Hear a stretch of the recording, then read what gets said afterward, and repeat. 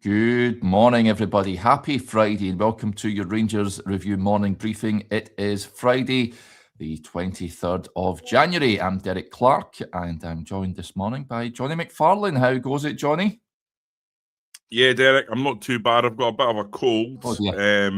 I think it's going about quite nasty, but I'll suffer through for my art. Yes, I know Joshua's been a bit under the weather as well this week. Doing the rounds, as they say. Touchwood, I seem to be okay down here, so long may that continue.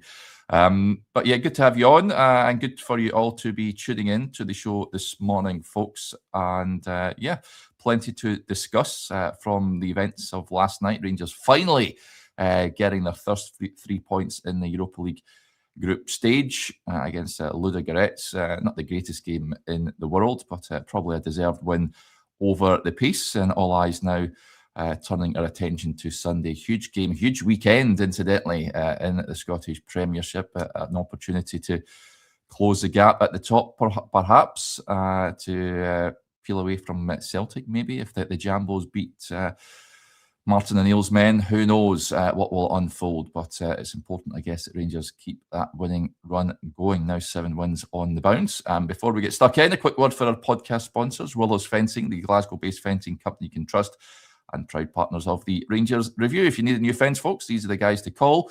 No job is too big or too small. They've got over 20 years of experience in the fencing trade, and you get free consultations and 10% off with the code Rangers Review over on their website, willows-fencing.com, and the all-important details are in the description below this video. So Mohamed Diamandi's first half strike proving to be the difference. Another set-piece goal, Jonny. They really are working well on those. A short corner this time.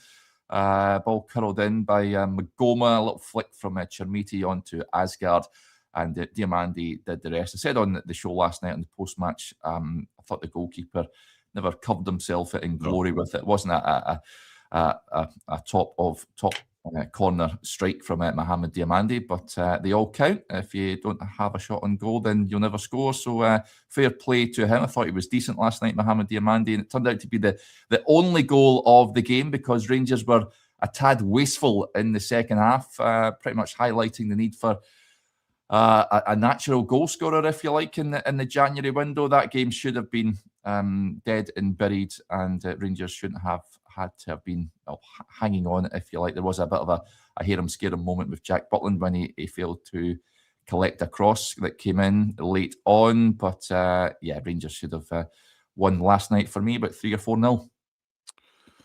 Yeah, listen, I think first and foremost, given the performances and results in the Europa League so far, you've got to build a platform. And I think last night was the first step onto that platform.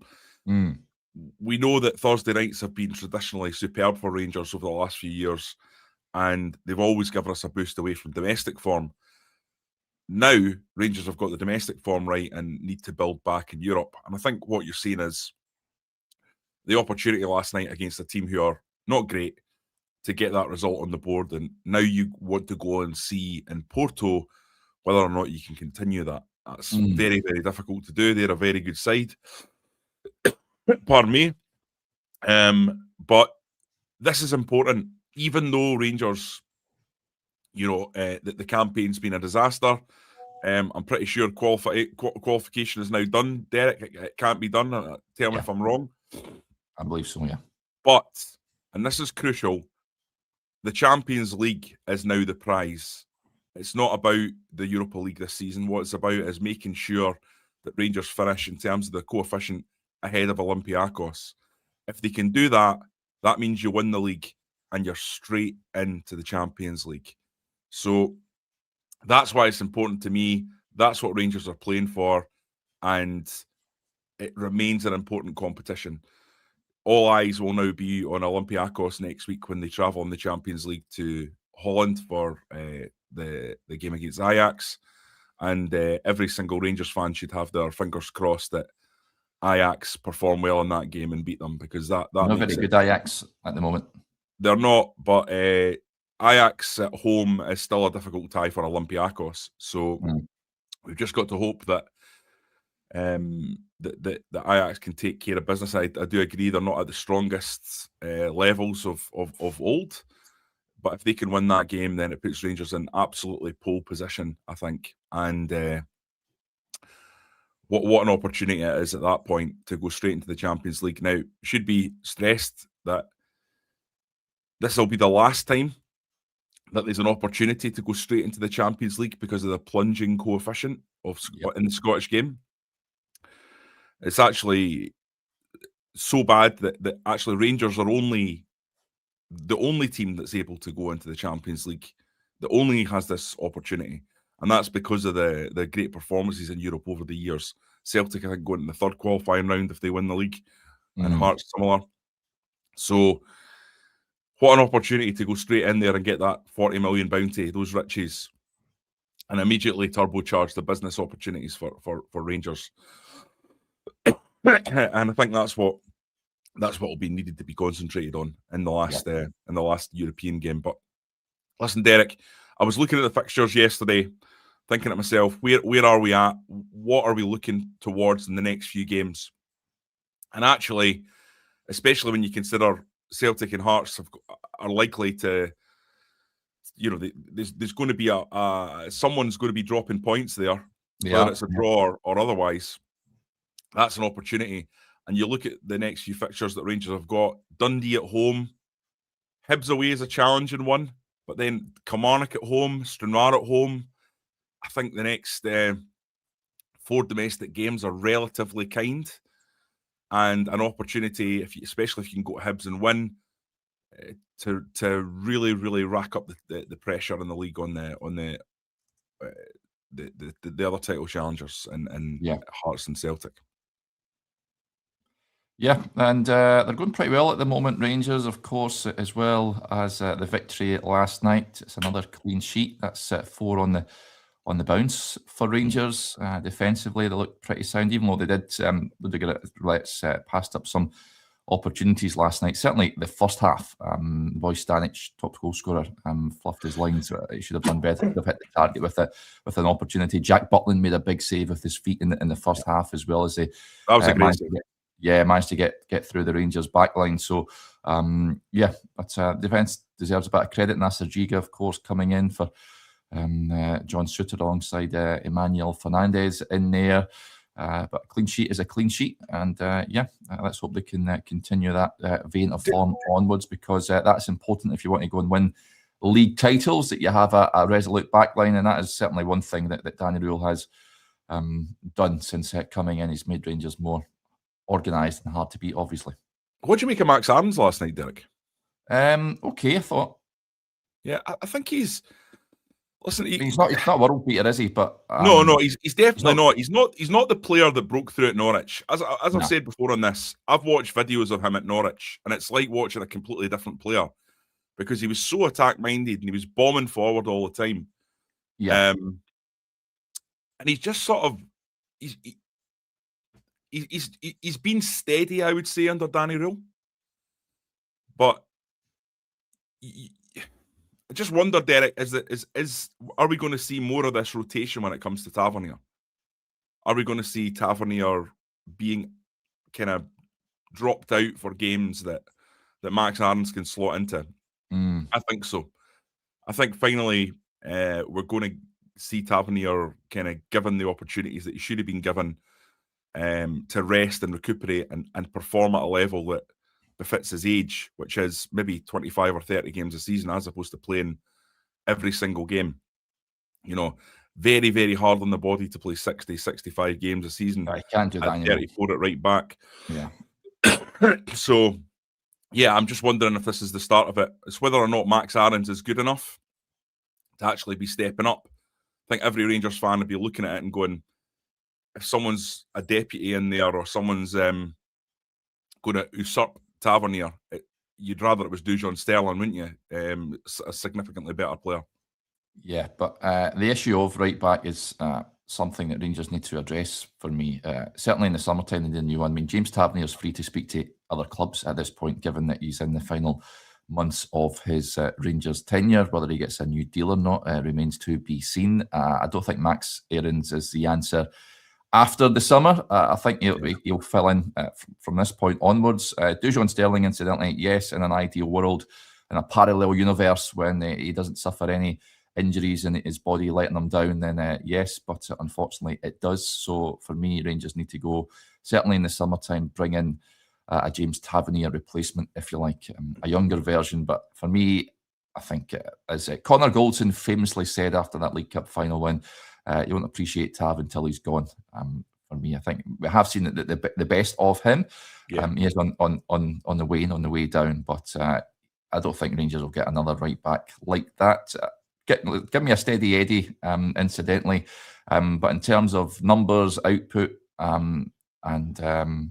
yeah, I think we've been pretty much spoiled with regards to that, Jonny, with James Tavernier. So it'll be interesting to see if he goes elsewhere. I know that a couple of weeks ago there was a report stating that Panathinaikos were maybe tempted to test Rangers' resolve and bring him over to Greece. I think me and you were on the show when we touched on it. I think that would be decent old move, although it is going from the frying pan into what's the phrase you say, from the frying pan into the fire?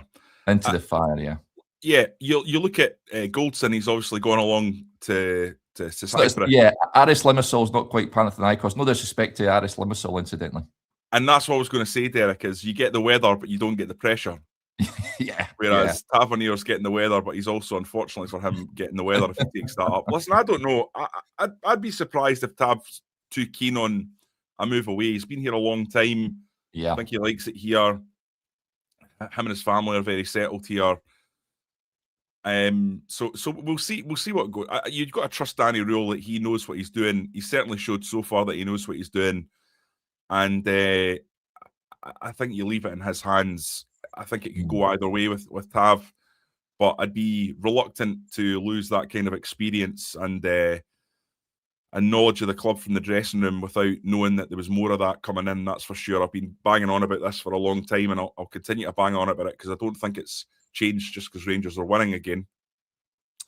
You need that around the Rangers dressing room, that knowledge of the club, that understanding of the league, that understanding of what's required every day in training. So for me, Tavernier on a short-term new deal of a 1 year would make sense, but I could also see that he's on a big salary, and it's unlikely he's going to justify that. So that will take a bit of negotiation, Derek. Yeah. But we'll see how that goes. Yep. Let's get to some of the comments because there's loads coming in that I wanted to address. First of all, Stuart Jack gets in touch. Hi, Derek and Jonny, listening from Margaret River, the world's best wine region 2025, south of Perth. Absolutely fantastic. Need to do maybe a Rangers review live from down there and sample some of the. Yeah, organise it, Stuart. We'll come down, get us the flights. We'll be happy to sample. Do a live show, me and Derek, wine tasting as we go. I can see it now. That would be absolutely sensational. There's a point that came in as well on, well, I wanted to address this because, Finlay Curtis came on last night. I thought he was bright, Jonny, and he was, Danny Rohl, I thought he would be asked about him in the press conference, and he was. Given his future, whether he's got a place in the squad between now and the end of the season. So Danny Rohl said, I think for Finlay, it's about development in the next months. We have to make sure that he gets a lot of game time. I think he performed well against Annan. He played his first as a winger, then a left fullback. Today he comes on and has his moments. I had a conversation with him this week. It's not easy for a young man to have a little bit of hype around him and then to be patient and have to deliver. But this is also a process when you're growing from a young player to experience these moments. At the moment, he is a player for us. Let's see what we will do. And just on outgoings generally, I think Kieran Dowell is nearly done with Hull, and maybe then some players will follow this way as well out. But in 3 weeks, we'll have just a lot of normal weeks. And if the squad is too big, it's not healthy for the group. We need 20 to 22 players that they're really hungry and want to be part of our journey. And for this, we'll try to make the best decisions in the next couple of days. So lots of comments coming in on Curtis. King Charles Spaniel says, Gassama or Curtis, big decision for Rohl. Gassama, not the best of games again last night. Really hit and miss, Jedi Gassama. And a lot of fans are clamouring for Finlay Curtis to get an opportunity ahead of him, Jonny. Do you think that's likely? We know that Kilmarnock are very, very keen on acquiring him on loan. Incidentally, I think it would be a very good move for Finlay Curtis if he isn't going to get ample minutes at Rangers. There's no point kicking his heels on the bench when he can be performing at first team level for someone else. Thoughts on that? What do Rangers do with him? Right, so if I was the manager, I would be giving Curtis a chance, right? I would be giving him the opportunity of 3 or 4 games to show what he can do. However, Danny Rohl, I don't think is going to do that. So therefore, I think the loan is the right idea. Finlay Curtis needs games. It's as simple as that. He needs games. And at his age, to develop to the player he can be, he needs to understand the ups and downs of a football match at Scottish Premiership level, over time, needs to learn from playing against Celtic, needs to learn from playing against Hearts, needs to be given a going over by a fullback, needs to come up against physical challenges. All these problems and ups and downs, the rollercoaster ride that make you, in the end, a better footballer when you're 21, 22 and developing further. Sorry about this. No, you're soldiering on. Fair play. I'm soldiering on, yeah. So for me, given that I feel that the manager won't give him the opportunity, I think a loan is the right move and makes sense. But if I was in charge, and thank God I'm not, if I was, I would be giving the young lad the opportunity to come in and play 3 or 4 games and show what he can do. Because even that moment last night where he cuts inside off the wing and then curls that shot, the boy has got something when it comes to finishing. Yes. I think he is a very, very capable finisher. And I think he's the kind of player that could get 15 goals a season for Rangers. He's direct, he's aggressive, he knows where the goals are. But if he's not going to play, he's better at Kilmarnock. Yeah. Yeah, I think he'll feature on Sunday if he doesn't move out. But before then, I would be inclined to keep him as well, incidentally. He just offers something a bit different, bit directness. And as many commenters are saying at the moment, Jedi Gassama is not being scintillating. Certainly not the Jedi Gassama that first pitched up at Rangers. He's a typical winger. He goes off the boil from time to time. And certainly last night he wasn't at his best. And I think Curtis provides you with a different option. That is someone that I would like to see more of in a Rangers jersey. Just on outgoings at this point there, Jonny, I think it's been a main topic of shows this week is that Rangers now looking to trim down that squad. Of course, Kieran Dowell away to Hull City. We'll team up with John Lundstrom down there, which will be interesting. But there are others that are needing to be shipped out. A la Rabi Matondo is one. Oscar Cortez, of course, is already left to go to Argentina. Danilo is another one I think that needs moved on in this window. Just trying to think, is there any others that are not doing anything there that need to be told to leave? Rothwell, sorry. Joe Rothwell's another one. Yeah, Rothwell would be the other one. I mean, the thing that jumps out to me, Derek, whoever stays and goes, regardless of this transfer window, I think there's a big opportunity in the players that are going to be leaving in the summer. If you look at Rabi Matondo, and I'm led to believe Rabi Matondo is on the guts of 30 grand a week. Hardly played. Obvious fitness issues. Just a move that just hasn't worked out. But that is a real significant salary for Rangers. Another one, Ben Davies. Okay, he's coming to the end of his contract down at Oxford. He was on 28 grand a week, 27, 28 grand. So you add that together, that's the guts of 60 grand a week from 2 players that really haven't offered anything. Now, obviously, Oxford will be paying a proportion of Ben Davies' salary, but there's no way they'll be paying it all. No. Then you think about Tavernier will be on big, big money, well upwards of 30 grand, probably over 100 grand in those 3 players. Tavernier's not going to get the same level of salary if he does sign on again. There's going to be an opportunity there in terms of the people that are leaving in the summer or in this winter window, if they can do it, to really free up quite a lot of wages money.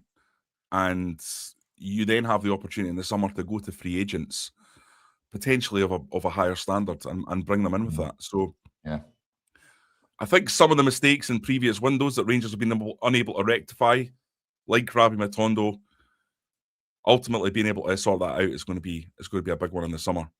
yeah. But as for this winter window now, I think you just have to move on what you can, ensure that players that haven't worked out from the summer, someone like Rothwell, gets moved on, and Rangers are ultimately in a very good position because they've been able to bring in 3 high quality players. Yep. And you'd like to see another attacker. Definitely. But time will tell on that one. Yep. Well, G Boy gets in touch and says, Johnny, do us a favour and request more new transfers. It worked last time. Yes, it did. It did. I was moaning about it, and then the next day they all started piling in. Yeah. We know that Andrew Kavanagh is a big fan of the show. He's watches religiously. So, over to you, AC. But there you go. Just on the prospect of me and Johnny going down under and tasting wine and doing a show. Barry says that he's talking enough mince without wine. There would be a lot of mince talk, let me tell you. Once I got a couple of glasses of wine in me, dear oh dear. We'd have to set up Josh with a red button that he could just cancel. Dump button. Yeah. Yeah, Gaz says Johnny on the wine would be box office. It certainly would be. Make it happen. There's a point just on the transfers, of course, that have come in already. Daniel asked how likely the 3 new signings going to play a part in that game against Dundee. Tour will not be available for the weekend, is what Rohl said, but Tochi and Skov will be. I think this is great. This is good for us. I think we have to rotate a little bit, but I will not rotate too much because at the moment there is momentum in the group. Some players they really stepped up. Some players they try a lot, but it's good to have a different bench in this competition. Though you certainly see that the bench and the quality on it certainly last night, given the European squad, the young boys being on there, but you often find, given that the lack of options available, first team options available to coaches, not just a Rangers thing, I mean, out with that as well. But Andre Skov Olsen, everyone the vast majority, I think, that are pitching up to Ibrox on Sunday, Johnny, will be looking forward to seeing this lad making his Rangers debut. Would you be tempted to start him if he's fit enough? I think Rangers, as we touched on there, creativity has been an issue from open play this season. And he is someone that just, not to steal a Michael Beale phrase, but should take Rangers up to another level. Oh God, you've got to be careful with those, mate. Listen, I think you're going to want to see him come in. He is that next level player, so you've got to throw him straight in, I think. And no one has, in my opinion, really grasped that right wing berth and made it their own anyway. It's not like you're putting out a player that's been performing outstandingly in that role. So I think stick him in there with Miovski, I think, who is a player that I think can improve a lot with service. Should have busted net last night, though. Should have. That was poor, but then he scored a hat-trick the week before, so everyone's capable of making mistakes. I think Miovski is a player that if you feed him, he scores. So having a top-class guy to feed him, I think, might reactivate Miovski in a way that is very good. Chermiti, for me, he's not a goal scorer. He's not a guy that's going to bang in goals left, right, and centre. That's not really his game. No. But against Dundee, I think Rangers want to go and make a statement. They've actually had a decent enough spell, Dundee. They've improved in the league.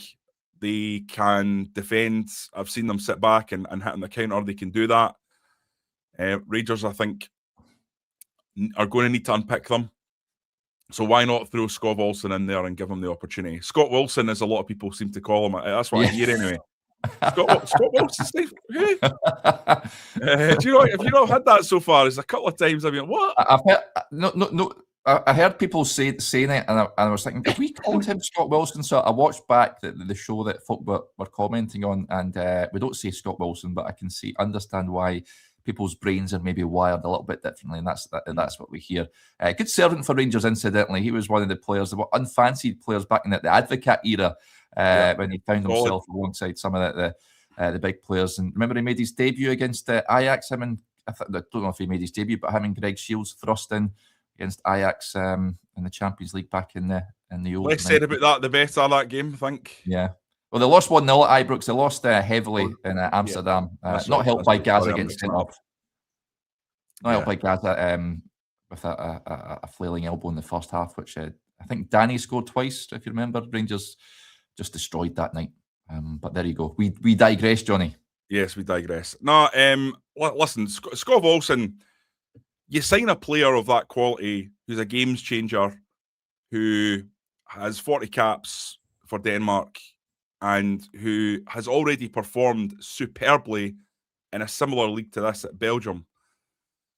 You want to give him the opportunity to come in and just shine for 6 months, don't you? Hopefully you can get the deal done at that point. But yeah, listen, he's coming in with a lot of hype. I've seen a lot of comparisons with a certain Mr. Lauder. We need to calm down on that, I think. I think that needs to be calmed. Yeah. But I would expect him to be one of the best signings Rangers have made for the last 4 or 5 years. You know, he's got the pedigree. So let's see what he can do, and let's see that against Dundee. Yeah, I'd be thrusting him in from the off. If he's fit enough to start the game, then let's see him. 2 Romans, of course, when he initially signed, we were told 10 to 14 days. I'm not too sure what day we're up to on that one. That's a decision for Danny Rohl. I don't think he just brings out Jayden Magoma, who I think has been pretty solid for Rangers at left back. So, but competition for places is something that is good and healthy for a squad. You certainly want 2 players for each position. So I'm intrigued to see what 2 Romans will bring to Rangers, that's for sure. Thank you to you all in the comments for alerting us to an infiltrator. We've had some nut job that has been coming on, certainly the videos this week, just creating different profiles and coming on, which is a bit mad, but there you go. But thank you for alerting us to that. Just ahead, just mentioned their team selection ahead of Dundee. Then Jonny mentioned the forward line, the back line. Just keep it as is. Not too sure if John Souttar will be back for that game or not. I would be bringing Tav back in at right back, I've got to say. Barron's still out, of course. Sterling is still out. Chukwueze, you starting him? Well, listen, it's a difficult one when you're not watching them in training. You know, I don't know enough about Chukwueze to say he'll definitely start. Asgard is playing well at the moment and scoring goals. You know, Are you going to make that midfield a little bit less offensive and move Asgard out there, or do you rest Raskin or Diamandi? I mean, Diamandi's playing really well at the moment, so I'd probably think not, Derek. I think you'll probably keep that midfield 3. You know, Asgard's going to give you a goal threat if he continues the way he's playing. So I'd continue that, because you're going to need to create and make and get on the end of opportunities against Dundee. So I think you can just gradually bring him in, and that's something I think Danny Rohl will do, to be honest. I don't think he'll be changing too much. Yeah. Right, folks. Well, I think that's it. There's a comment here, John. I know you've flagged it from Mark. He says, has Derek seen Die Hard? Not yet, that's Mark. The question that everyone wants answered. I've been too busy, but I'll tell you what. I think I've got a bit of time today, so I'll watch it today, right? And I'll let you know. And then we should do a show where we discuss it. Yes. We'll do a Die Hard show. Right, we'll do that then. That's right. In the pipeline. That's your task today. Watch Die Hard.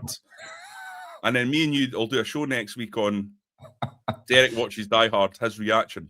There you go, folks. Don't say we don't spoil you here at the Rangers review. So you can start it off by going yippee-ki-yay, and then everyone will know that you enjoyed it. You won't get that, but everyone who's watching who has seen Die Hard, which will be everyone else, will get it. Yeah. And Peter says, Q&A today, Derek. I tell you what, we will do at the Q&A, Peter. Apologies, folks. We were set to record the Q&A on Wednesday, but unfortunately my laptop died. And I never knew this, but that the hard drive just died, which is a bit weird. Just a year on from buying my laptop, and rest in peace. Yeah, rest in peace.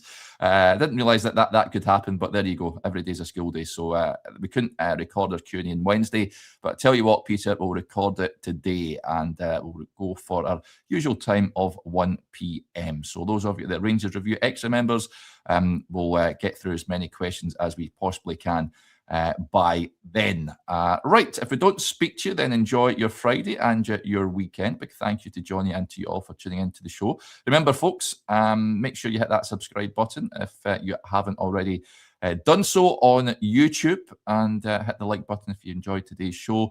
And remember, we've still got the great offer on the website. You can see the little ticker below. Just £4 for 4 months, and introductory offer. Head over to rangersreview.co.uk/subscribe. Now, there's some great stuff coming your way, incidentally, over the weekend as well, Rangers content. Tomorrow night, my interview with Sergio Perini will be released. Almost an hour and a half of Sergio talking about his time in the game. Not only his time at Ibrox, playing under Walter, winning silverware, and playing under Advocat, his fallout with Dick Advocat, shock horror, joining a long list of players that fell out with Dick as his reign sort of came to a crashing end. But he also talks about coming through the academy at Milan. Hold on.